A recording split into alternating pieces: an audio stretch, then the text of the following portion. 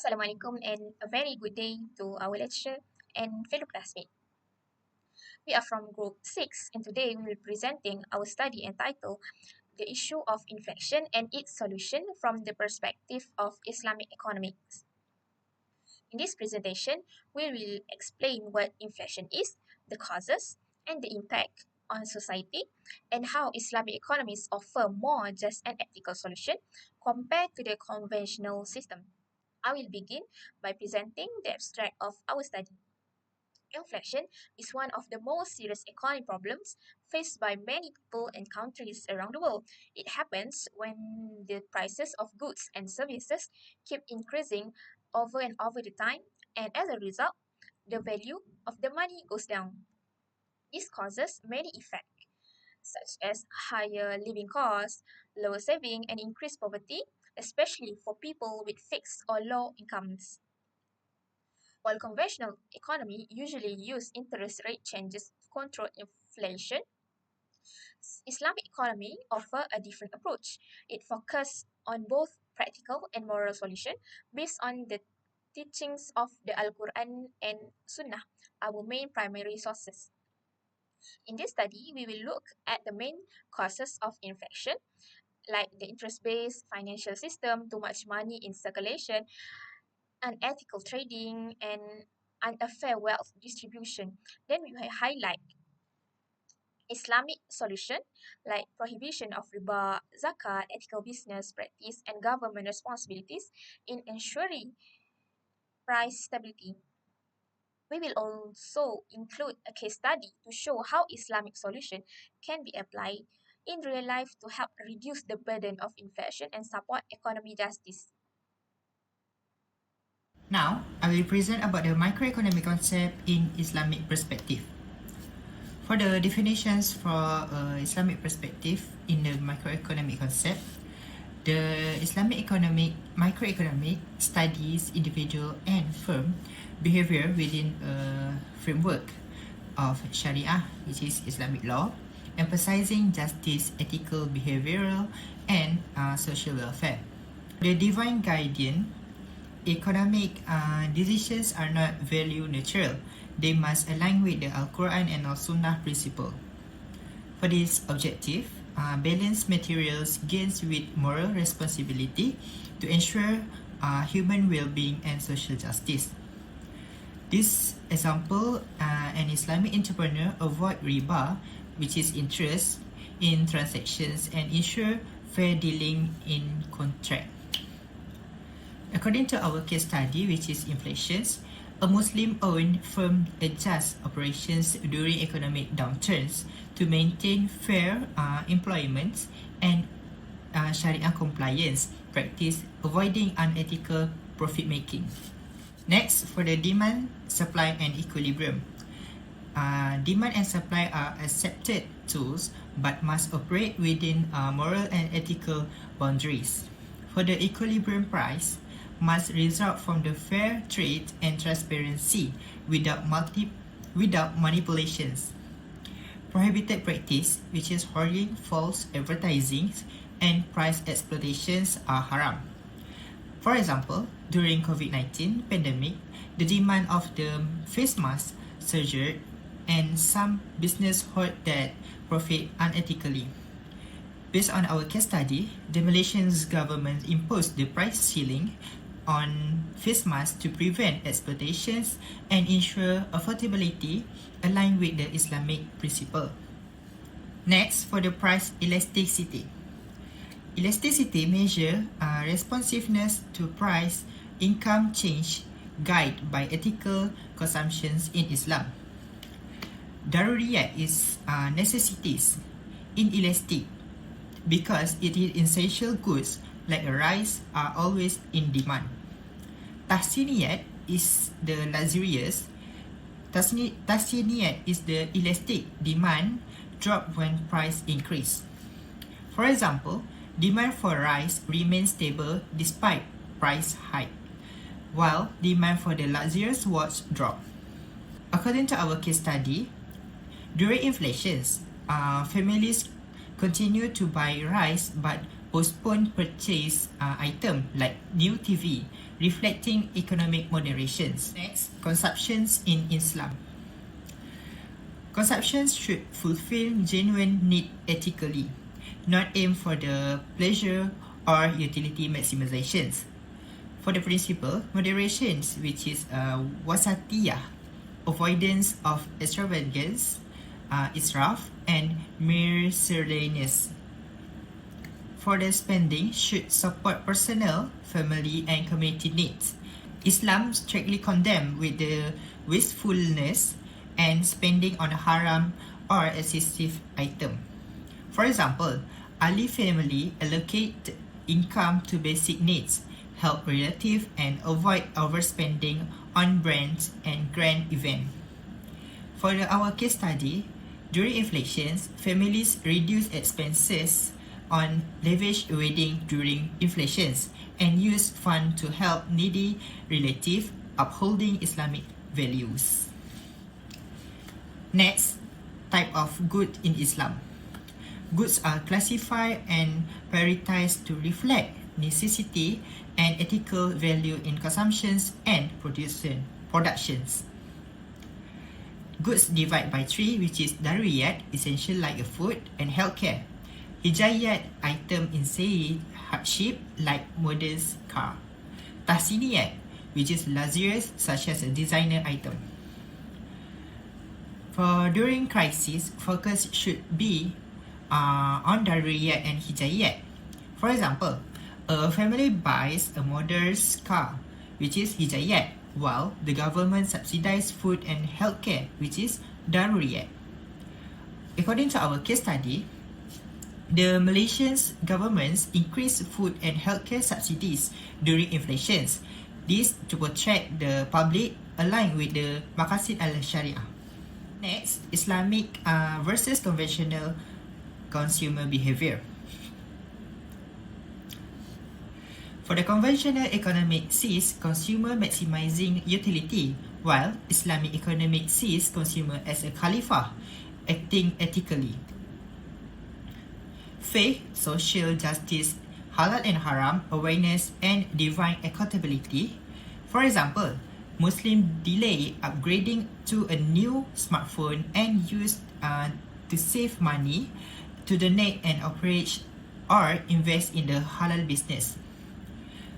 According to our case study, during inflations, Islamic consumer refrain from luxurious purchase and invest in the halal enterprise or help the need instead of. Next, productions in Islamic and prohibited economic activities. Productions is a trust which is amanah. It must be ethical, Sharia compliance, and serve social benefits. For the prohibited activity, producing or trade haram goods, earning from riba, bribery, gambling, corruptions, and exploitations. Ethical practice, fair wage, quality assurance, no environmental harms. For example, a halal food company avoid prohibited ingredients, ensure fair wage, and operates sustainably.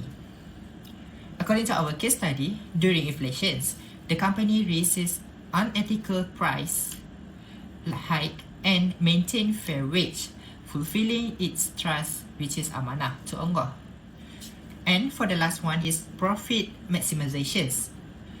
For the key point for profit maximizations is profits is allowed in Islam but must come from halal source and be earned ethically.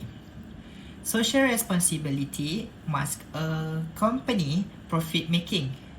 Fair price, quality, and environmental care. For the accountability, business are accountable to Allah and society. For example, an Islamic clothing brand use ethical materials, pay fair wage, and avoid labor exploitations even at the cost of reduced profit margins. According to our case study, during inflations, the brand avoid excessive price hike and maintain fair labor price policy, showing their ethical and integrity on business. Of macroeconomy in Islam perspective. Microeconomy studies the behavior, the overall economy, and analyze economic performance. It also focuses on aggregate change in economy, including unemployment, growth rates, internal income, inflation, and trade balance. Furthermore, microeconomy analyzes the all aggregate indicated and micro factor that influences the economy. Therefore, the government and company use microeconomy models to assist in formulating economy policies and strategies. Macroeconomy from an Islamic perspective refers to the study of the overall performance, structure, and behavior of the economy, such as growth, inflation, unemployment, and physical balance, based on Sharia principle and Islam value. In addition, Islam economy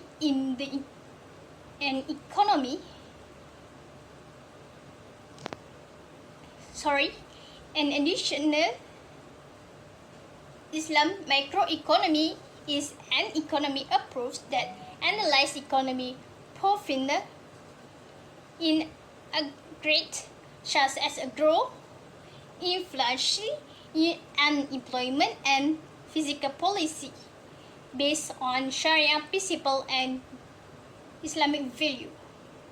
Objective of microeconomy Islam versus conventional. Based on the concept of inflation, the microeconomy objective in Islam and conventional perspective have a different approach that they complement each other. The conventional system places more emphasis on price stability, which is the main objective in creating a strong or stable economy and avoiding market instability. Not only that, protecting consumers' purchasing power and creating a conducive economy environment are also important of economic growth. Continued price increase that lead to a rise in the cost of living, a decline in the value of money, and a decrease in value of household saving.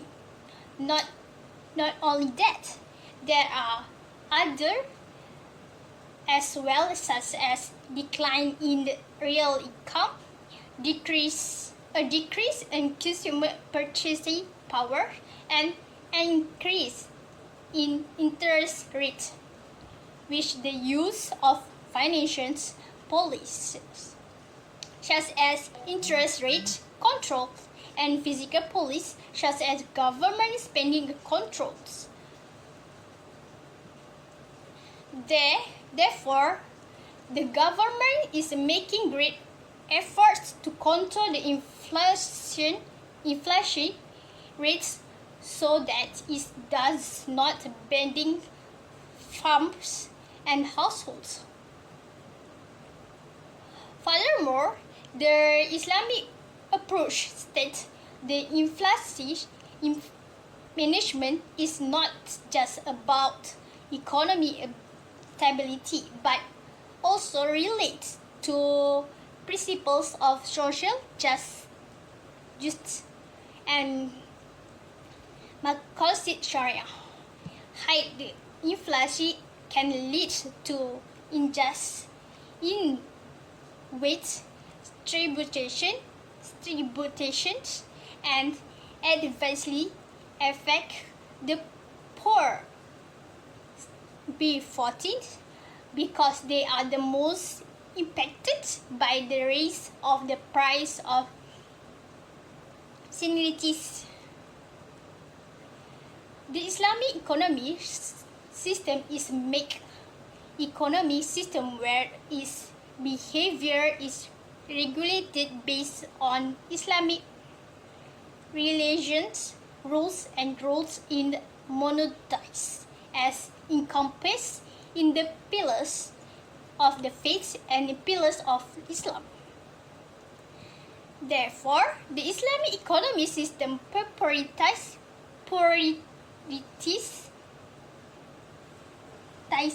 the protect of the less further the maintain social balance. The concept of ABDUL, justice, and IHSAN, benevolence are used a wealth that is distributed fairly and inflation is controlled as so not to erode the purchasing power of households. In addition, the principle of enjoying good or forbidding wrong encourage the government of households to address any elements of economy divides including prescriptive activities such as usury, monopoly, and excessive price manipulations, that can trigger inflations and also consider contrary to Islam value. Therefore, the objective of Islamic macroeconomy value inflations management as holistic effort to achieve the welfare and well-being entire company. Framework of development and economy in Islam. The concept of development and process in Islam just like with Islam value and norms. The need to integrate the economy with intellectual and spiritual well-being is in line with Maqasid Sharia, objective of Sharia, to educate individual and holds just promote virtue and serve the public interest. In this concept, the issue of financial become one of the main challenges that need to be addressed intellectually and based on the principle of Maqasid Sharia, height of uncontrolled inflation that they were disclosed because it eroded purchase power, just especially for poor and those with fixed income. The rise in the price of necessity with burdened households and undermines their ability to make a basic need such as food, feed, shelter, and education. Therefore, the price stability and important element in ensuring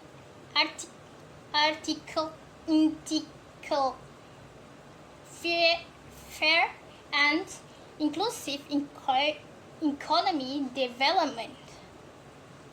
Islam teaches that economic development can ensure that fair distribution the where are those, not the oppressed any group. Therefore, contrary inflation is important to assume that the price of the goods service remains stable, thus affecting the wear of the people. In the Islam economic system, Islam encourages economy policies that can be effectively control inflation so that the national right to be attributed fairly and public welfare can be perceived. This framework demands the government adopt prudent financial and physical policies, avoiding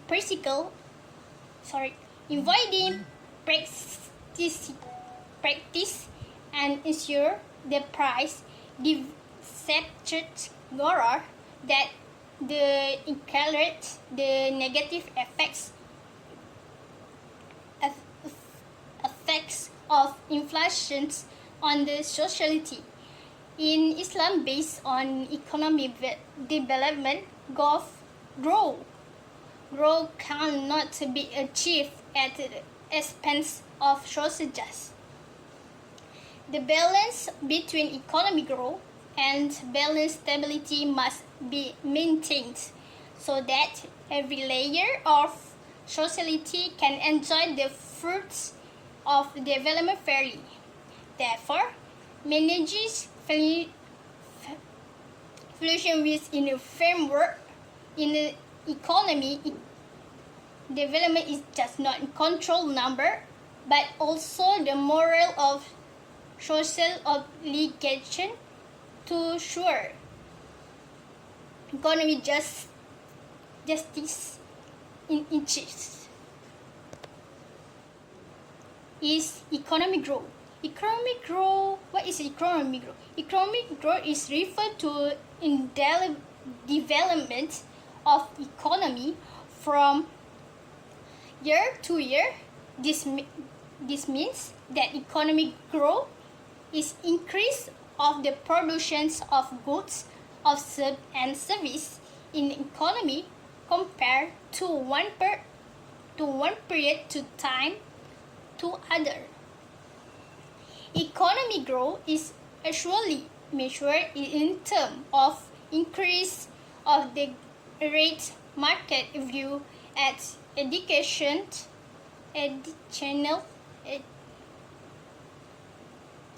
goods and service produced using estimates such as gross domestic product GDP. Sustainable economic growth must be compared by effective inflation control. In this issue, the increase in the output of goods and service in a country should occur in line with the price stability.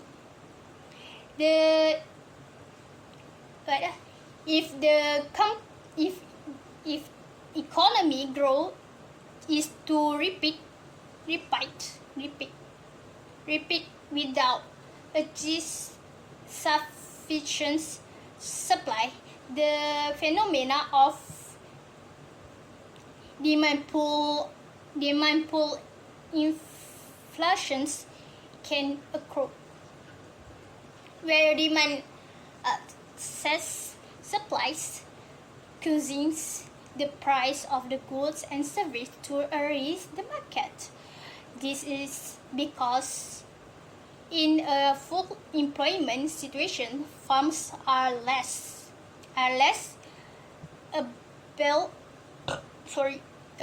able to increase production levels, resulting in excess supply being able to meet the increase in demands in the economy. In addition, cost pull inflation can be also a risk with production costs such as labor, wage, and raw material price. increase forcing farms to raise price. The consequences of cost-push inflations may be caused by other factors such as natural disaster disrupting the supply of the raw materials, government policies like removing subsidies or a rising tax, and depreciations of the local currency. Next, inflations can be arise such as a result of import activity. This type of inflations is called imported inflation, such as refer to a general increase in the price level when the price of goods imported for above risk. This situation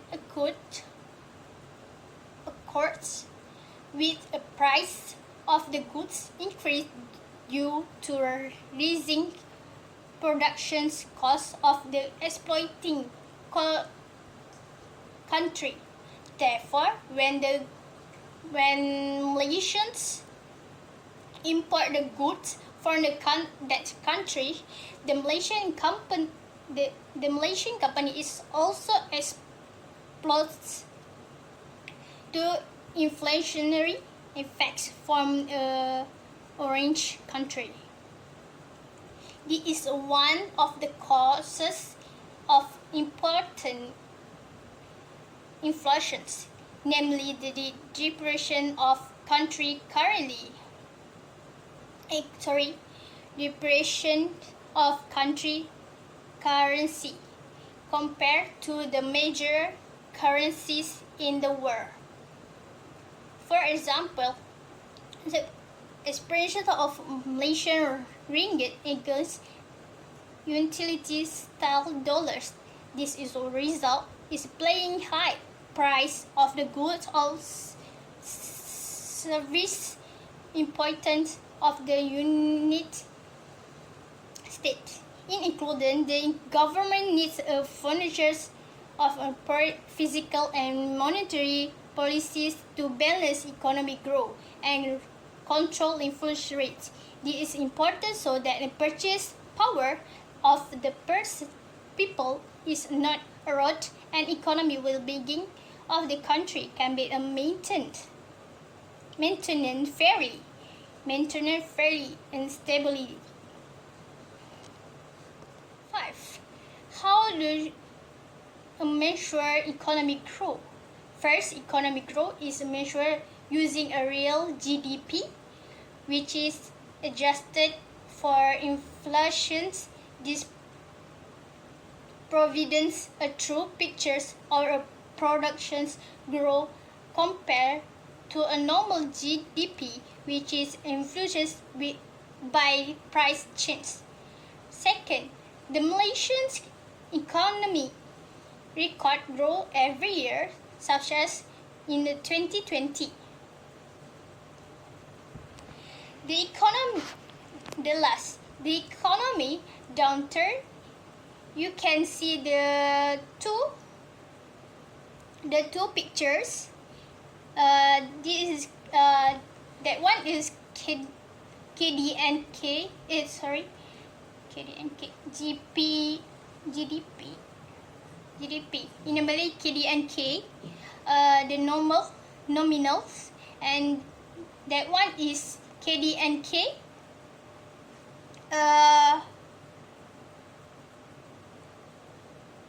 Harga semasa. So that's it. Economy stability. First, the stability of country economy depends on the government ability to control the inflation rate, which is important for long-term planning by investor, business, and households. High of independent. Second, high of indicatable pollutions undermines consumer confidence, reduce investment, and erodes people purchase power. The general and persistent increase the price of goods and service, reducing purchasing power, include due to demand's ascending supplies, demand pooling, raising the production's cost push or import inflations, moderate inflations to stimulate the economy, but high inflation has negative effects as a decrease in the purchasing power and increase in the cost of living. And in cost intensity in Islam economy, achieves inflation is considered unjust and needs to be controlled based on the Maqasid Sharia. The government can control inflation through the monetary policy, financial physical policies, and not a financial measure. Supply inflations. The employment rate is closing rated in inflations. In a decrease in employment can increase the demand and equally inflation. However, stagflation situations can increase demand or sharply. However, in stagflation situations, a more controlled policy in needs. Balanced employment management is important to control inflation. Supply side policies such as skill training and investment incentive can increase the productive poverty without inflationary pressure. Protect the physical and monetary policy can control inflation without causing a sudden increase in employment. For Islam perspective, high environment is a just invest control must a job friendly for a welfare of society. The last, inflation's employment. I give just two. Inflation is the price is increased. Then employment is means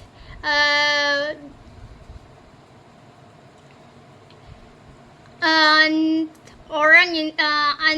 people not to do a work. So that's so inflations have three types. Inflation pool cost inflations push cost, inflations pull what? Ensuring equitable wealth distribution. Firstly, just wealth distribution. Advocated for fair redistribution of wealth through zakat institutions. Zakat transfers wealth from the rich to the poor, promoting circulation of money in the economy. This redistribution boosts demand and supports economy balance. 2. Controlling inflation and deflation via zakat. Zakat enhances the purchasing power of the underprivileged, increasing aggregate demand. Balanced demand and supply help this stabilize prices, preventing both inflation and deflation. 3. Rejection of hoarding. Ibn Taymiyyah strictly opposed hoarding of goods or wealth. Hoarding reduces the money and goods in circulation, leading to low demand and falling prices. His stance promotes continuous market activity and price stability. 4. Condemnation of riba. Define riba as a form of exploitation of the weak, especially the poor. Riba-based system lead to unjust financial practices, causing price hikes and inflation. Ibn Taymiyyah's rejection of riba supports a more ethical and stable financial system. 5. Islamic financial model based on fairness and risk sharing. Supported financial practices grounded in justice, no exploitation, and risk sharing. Such models promote economic stability, reducing the risk of both inflation and deflation, ensures equitable outcomes, and resilient macroeconomic framework. Efficient management of public revenue. Firstly, prudent fiscal management through kharaj and jizya. Systems like kharaj and jizya are tools for structured and fair revenue collection.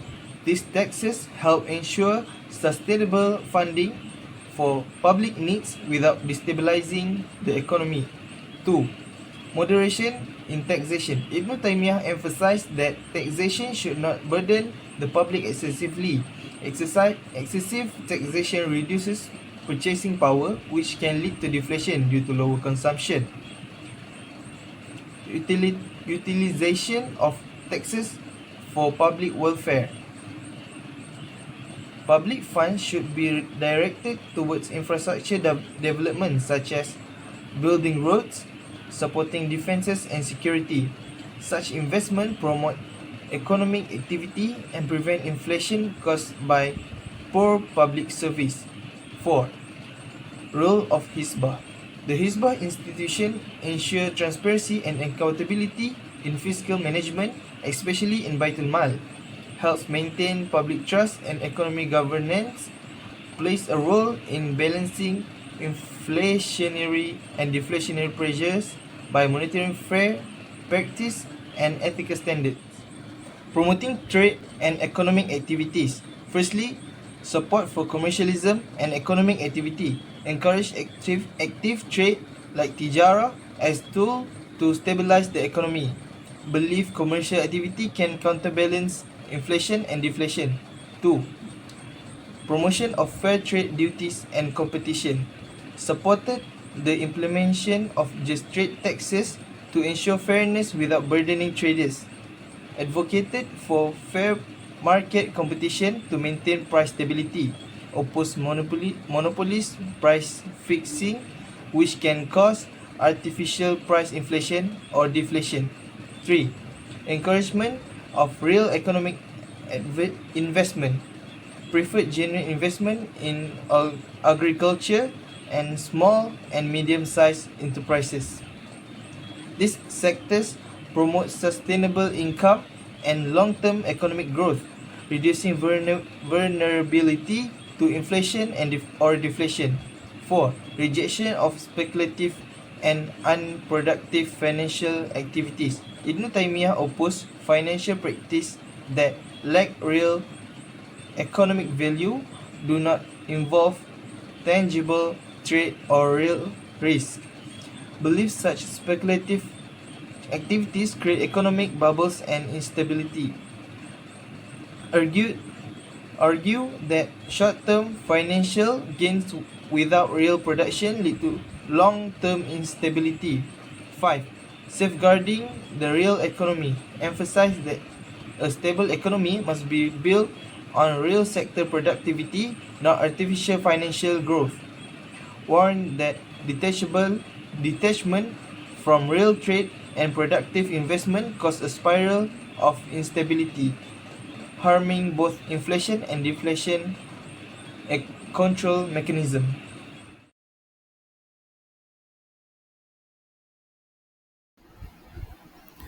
Assalamualaikum Doctor. My name is NURUL ELLIYANA binti Abdul Majid.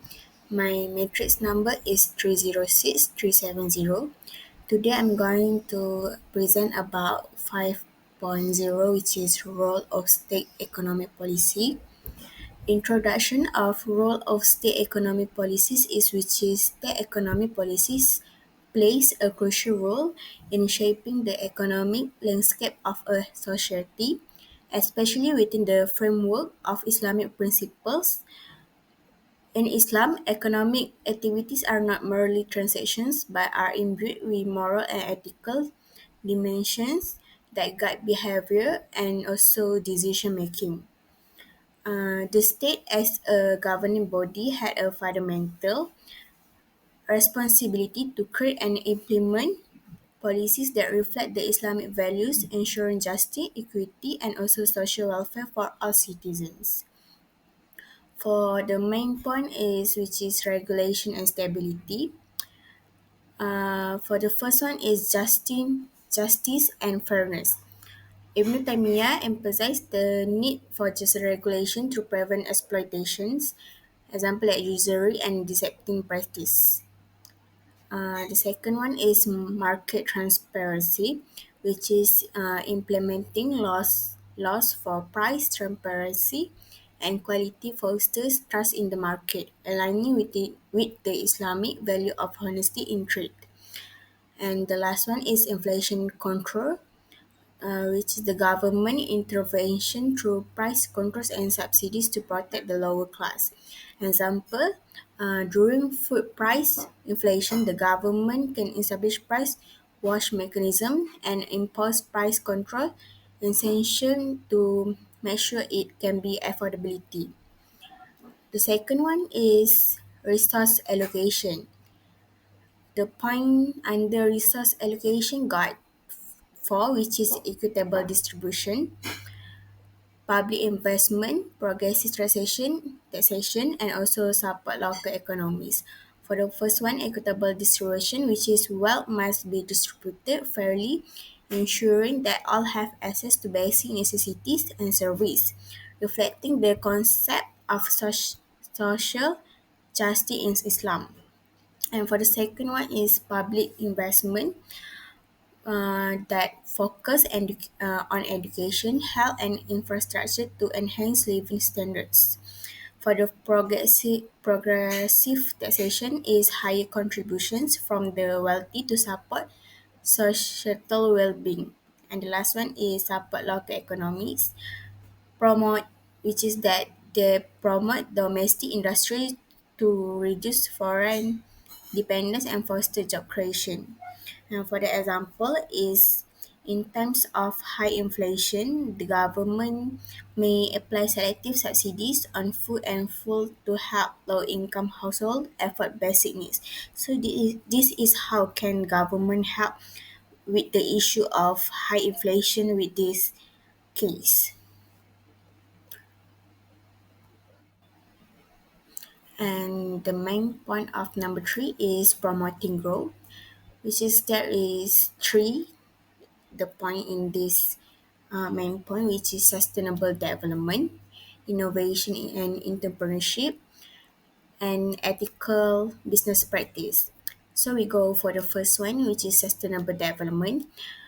There is growth should consider environmental conservation and resource sustainability for this point. The second one is innovation and entrepreneurship, which is government support for R&D and access to capital for startups. And the last one is ethical business practice, which is encourage corporate social responsibility to benefit society at large.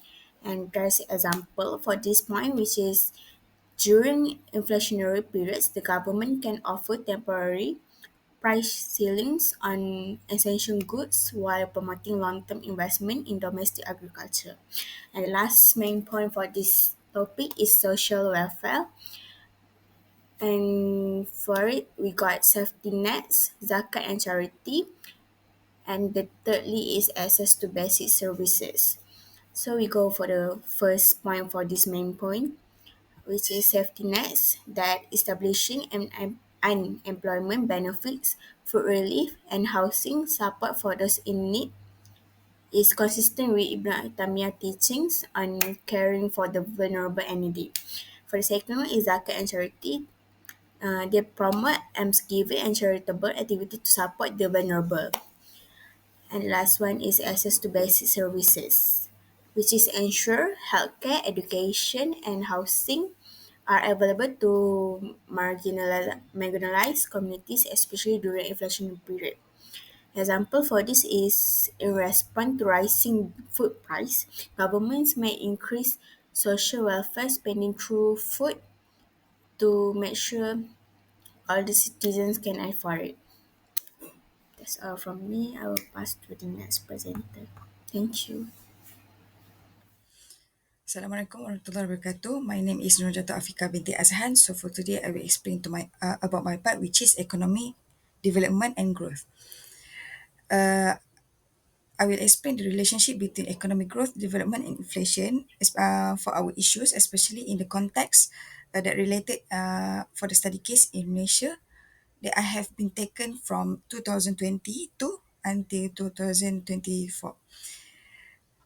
So for the definition, economic growth refers to increase in a country production of goods and service, usually measured by the GDP.